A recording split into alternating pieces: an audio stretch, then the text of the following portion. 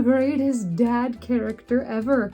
We don't need any more Olafs in this world. It made me happy that I called it. I know so many people. I'm trying not to say wholesome. I forget the teddy bear's name. I don't need the validation, but it feels good. Hi guys, welcome back to another Nerd Rants video. Today we're going to be discussing one of the movies on that little list I posted a couple weeks ago. So we went to see If, and it's so wholesome. Why is John Krasinski so good at making movies? Both of the Quiet Place movies and this one. I'm sure there's other ones I've seen that are by him, but those are the ones that I know about. I haven't seen a movie by him so far that I haven't liked. So props to John Krasinski for being good at movies. Also, his character's probably the best. His character is so good. He has very little screen time. He just plays the main girl's dad. But he's so wholesome. And he's like the greatest dad character ever. He's so goofy and I love it. I love it so much. I'm gonna try to do some spoiler-free stuff, so I'll get into more of why I love it in a minute. But it's so good. Yeah, the designs for pretty much all of the imaginary friends is very creative and fun, and how big their personalities are is also so fun. I will say Steve Carell's character, Blue, that giant purple fuzzy thing, he definitely has a little bit of like Olaf energy, where he's the not great comedic relief, but it's better than Olaf.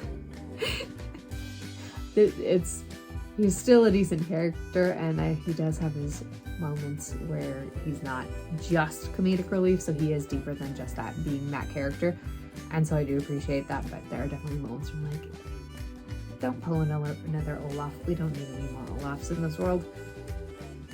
So yeah, other than that, they're all wonderful. There was a twist at the end, and I called it. Not super far in advance, but there was a moment where she went to Ryan Reynolds' character, and when that happened, and during our conversation, I went, I know exactly what's gonna happen. That's what's gonna happen, isn't it? And then it did, and I was right, and it made me happy. It made me happy that I called it. But yeah, it was just very, very fun. It's such a fun movie, and it's yeah, that's that's pretty much all I got for spoiler-free stuff. The acting was great. The characters are all super interesting. I love, and I recognized more people in this movie than I thought. Like, I saw a trailer as like with all these big name actors, and it shows a bunch of them. I'm like, oh, okay, but no, there's even more. I was watching the credits and watching it scroll through, and I was like, I know so many people. I recognize so many, like every single person's name. What? So yeah, it was kind of fun that it was a movie with so many big name actors, but they weren't just there to like be a name to hopefully draw more people in. They did a good job, and they seemed to really enjoy working on the project, which it'd be hard not to have fun doing that movie. Like, seriously. It looks like so much fun. But yeah, it's so good, and it's so wholesome. I really like it. And I think that's all I got for spoiler-free stuff. I will say the first 5 minutes of the movie is just like a montage of the main girl growing up and her interacting with her parents, and that is also so great. It's so wholesome. I love it. I'm gonna say wholesome so many times in this video that it's not gonna sound like a word anymore. Just a forewarning. It's so good. And it's so sweet. Okay, into the spoilers, because I can't rant without spoilers. Anyway, here we go. So, overall plot. Her mom died because she got sick, and so they were in the hospital, and it was this long drawn out thing that her mom did eventually die. She and her dad were living in her grandma's house for that whole time. And then, you know, finally left after her mom passed. And then, now we start the movie. Her dad is in the hospital for a heart surgery. And so it's very much a similar situation. She feels like she's reliving the exact same thing again, which, first of all, trauma and all the fear of like, I can't do this again. I can't lose him. And very much trying to put up I am a grown-up front and trying to be trying to like basically jump over her childhood and just be the grown-up, and so that then like not let herself feel all the emotions that are there, because it's very much her reliving what happened with her mom. And then so she's, you know, dealing with that, and then she sees an imaginary friend, and they run up, and she finds Ryan Reynolds' character, who is trying to help them all find new kids because their old kids grew up, and then she gets roped into that because she can see all the imaginary friends. So that's, yeah. That's very fun. That's the overall plot. It's great. And every single time she visits the hospital and sees her dad, I just love it. It's my favorite parts of the movie, because when she goes in and there's his sheets thrown out the window and the note on his pillow saying, "I bailed, have fun being a grown-up." It was the best. It's so good. It's so good. And Benjamin, the little Asian kid that is accident prone, just being like, "Hi, I'm in here because I broke my," just like rattling off his whole life story, which is just like as adults or whatever, we're just like, why would you do that? What? That's how kids are, honestly. I work with children. It's exactly how kids are. They just walk up, especially if they don't have any kind of stranger danger and they're just like super chill with people. They'll just walk up to you and just start telling you this long story that, yeah, and it's great. So having him just kind of go, "Hi, you're a person. I need to talk to someone. I've been cooped up in this hospital room where the TV doesn't work for who knows how long. Hi, please talk to me." And it's great. And he's sweet and so positive. But yeah, it's I'm trying not to say wholesome. So yeah, all the visits with that, and then her really throughout the entire movie, the main thing is her getting over, like dealing with essentially the trauma from her mom's death and learning to let herself feel emotions and be a kid again. And that's the whole development over the entire movie, and it's so good. And that's why she can see all the imaginary friends, because the whole thing is they stop seeing you when they like don't need you, is the belief that they have. It's like they grew up and they don't need us anymore, so they can't see us. And so her being able to see every single one of the imaginary friends kind of goes like, no, she needs friends right now. And she feels like she's alone among everybody, like actual people. And so she starts seeing the imaginary friends, and it's very fun and sad, but so good. The development is so great.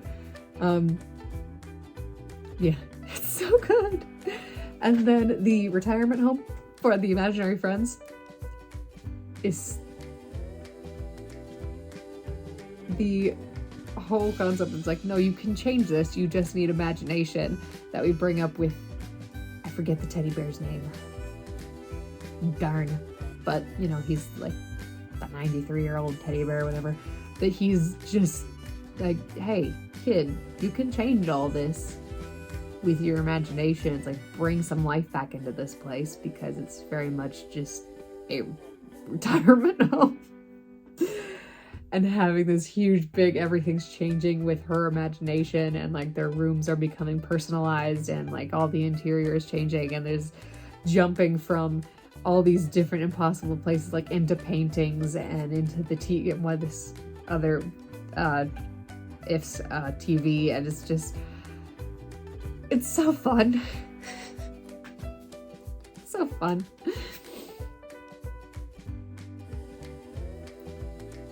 It's so good. I had a rant about how I love the portrayal of it's just a story about these kids using their imagination to like entertain themselves. That was my whole rant in my Bridge to Terabithia video. It's kind of the same thing here, where it's emphasizing the importance of imagination and creativity and all of those things that aren't necessarily prioritized in a lot of settings. So yeah, having these movies or all of these things that just nail it, like hammer in, like, no, imagination is good and it's good for them, and it's this very important thing for a child to have. So it's so good. Yeah, so many things. It's so good. The realization that that Teddy Bear makes a comment when he is talking to B, where he's just like, they're all clamoring to find all these new kids, but like they're forgetting about the old kid. It's like, we can't find a match no matter what they try. And he's like, we're forgetting about their old kid, the one that they were basically created for. And so having that realization of, we can't find them new kids. It's not going to work. We're not going to be able to find them a match. So the only hope that we have for them is to make their old kids remember them. And so then they shift into trying to do that and finding like these triggers to how these imaginary friends got sparked in the first place, and then finding those old kids and kind of laying in that trigger so that they have kind of like, the spark of those memories. So then the imaginary friends can then be involved in their adults, I guess now, and their person's life. And so that's another fun thing, and having that realization of, yes, we kind of grow out of, playing with our imaginary friend and all of that, but we don't necessarily fully grow out of imaginary friends in general. Like or we shouldn't, at least. If we completely grow out of our childhood, and reject anything childish, it's gonna be a pretty boring life. Like, I'm 21, and I find so much joy in my life from running around and dancing with these toddlers and doing things that aren't necessarily considered like adult things to do. It brings me so much joy to be able to be childish, essentially, in my workplace, and even to getting to the point with myself where I've accepted myself enough that in most case scenarios I'm pretty comfortable just being myself around people, and myself happens to be not exactly the most mature person. Like, I'm fairly mature as a person in a lot of situations, like where I need to be mature. But you watch my videos, you see how I rant on and I ramble about all of these things, and I act like a little giddy schoolgirl over this one detail that they added to a world, or how they developed this particular character. Like, I have accepted myself enough to be okay with getting super, super excited about sometimes the stupidest things, because that is who I am. And having that bit of childishness still inside you is really what helps keep, I don't know, it brings you joy. Like, Jesus and God, they're the source of all joy. But I think a lot of that comes through allowing ourselves to be childish and allowing ourselves to have that, not to fully grow up, I guess. I don't know if that made any sense. That seemed very disjointed to me, but I don't know. Maybe it came across more sensical than I was processing. Anyway, yeah, I love projects like this that just emphasize the importance of childhood and the importance of imagination, the importance of creativity, because as a very imaginative, creative person, like that's in my entire personality, having that aspect of life be, well, not validated, but like recognized, especially when it's not something that's recognized in a lot of things, it feels good. I don't need the validation, but it feels good that people are recognizing the importance of creativity and imagination. So yeah, it's so good, guys. It was so sweet, and it gave me all the warm feelies. But the twist at the end, the twist that I totally called, that Ryan Reynolds' character was the girl's imaginary friend. Like, he's just a dude throughout most of it, and so there's not a whole lot of hints at it, really. The biggest one right at the beginning is he knows who she is, and he implies she knows who I am. Like, she knows who I am, she's back, whatever, and just implies that. But it's very easily like they lived in their grandma's house before. It's very possible that they met and she was young enough that she wouldn't necessarily remember who he is. And so that makes, you can play that one off. But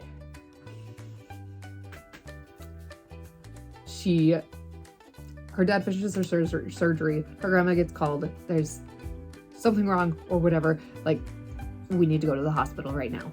And so she, in complete terror, having allowed herself to kind of reconnect with her emotions and her childhood at this point, in complete terror, bolts up the stairs to where Ryan Reynolds' character is staying, goes in there and just starts like crying, going, I can't do this again.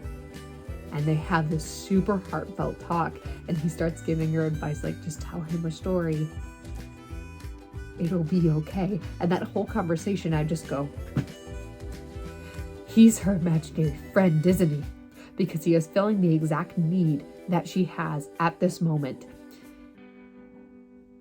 He's totally her imaginary friend. And then the next time she goes up there to try and talk to him, after like they find she visits her dad, he's okay, and she gets back to the apartment and she goes up there and she tries to talk to him, and this old lady that lives down the hall on that same level goes, there's nobody in here, and opens it up and it's just a storage room full of all of these things.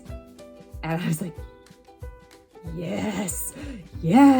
And then we got the confirmation later when she drops her box of drawings that her grandma kept from the last time they were there with her mom's whole thing. And she unfolds this picture that she painted of her family, and he's on there with his name, and she goes, holy crap, and then runs back and has a whole list like, I'm sorry I didn't remember you earlier, I tried to grow up too fast, a whole moment with him. Oh, it's so good, guys. This isn't even funny, it's so good. It tempted me to cry, like I was not on the verge of tears or anything, but I was like, oh, crying is understandable. It didn't. And I was also wearing makeup, which just gave me a motivation not to cry.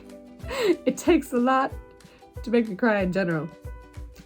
It takes even more to make me cry when I'm wearing makeup. So yeah, it's so wholesome and it's so sweet, and it's just so good watching this development of her going through this trauma and realizing I can still be a kid. It's going to be okay. It is not the end of the world. I'm still here. I still have my grandma. I still have my dad. I can be a kid. I don't have to grow up yet. And it's so good. It's so good. Also, the fact that Keith is her dad's imaginary friend. It's great. The whole time. It somehow I don't know why, but it somehow makes so much sense that her dad would have an invisible imaginary friend. I don't know why, but it makes so much sense. And even though Keith was in their retirement home, I am tempted to think that her dad never forgot about her imaginary friend. Based on how he acts and what kind of person that we get to see of him and his character, I don't think he forgot about Keith. I think Keith was just hanging out in their retirement home for some reason. Because, like, no way he forgot about Keith. The way, because at the end when he just like trips and then he stands up and goes, "Hey Keith," like it's totally normal. I'm like, no way you forgot. You didn't forget. Yeah, I don't know. That's my take on it. This movie is so great. And I'm going to say it for like the 50th time in this video. It's so freaking wholesome. It's so wholesome. And I love it. So yeah, those are my thoughts on If.